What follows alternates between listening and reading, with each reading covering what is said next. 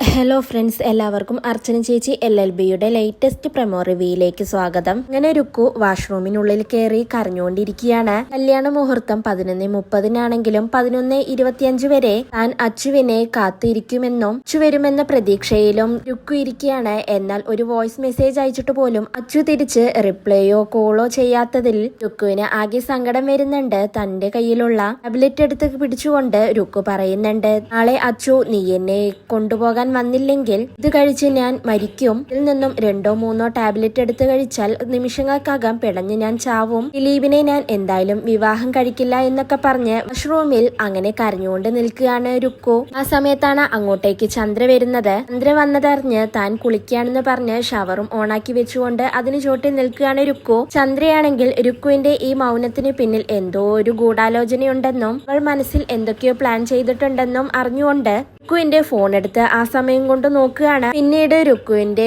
ഫോണിൽ അച്ചുവിന് അയച്ചു കൊടുത്ത മെസ്സേജ് എടുത്ത് ചന്ദ്ര കാണുന്നുണ്ട്. എന്നിട്ട് ഫോൺ എടുത്തുകൊണ്ട് ചന്ദ്ര നേരെ വിജയ് ശങ്കറിന്റെ അടുത്തേക്ക് പോവുകയാണ്. പിന്നീട് വിജയ് ശങ്കറിനോട് ചന്ദ്ര പറയുന്നുണ്ട്, കുറച്ചു നേരം മുമ്പ് രുക്കു ഇതിൽ നിന്നും അച്ചുവിന് ഒരു വോയിസ് മെസ്സേജ് സെൻഡ് ചെയ്തിട്ടുണ്ട് എന്ന് ചന്ദ്ര പറയുമ്പോ വിജയ് ശങ്കർ പറയുന്നുണ്ട്, അവളുടെ ഒരു പദ്ധതിയും നടക്കില്ല.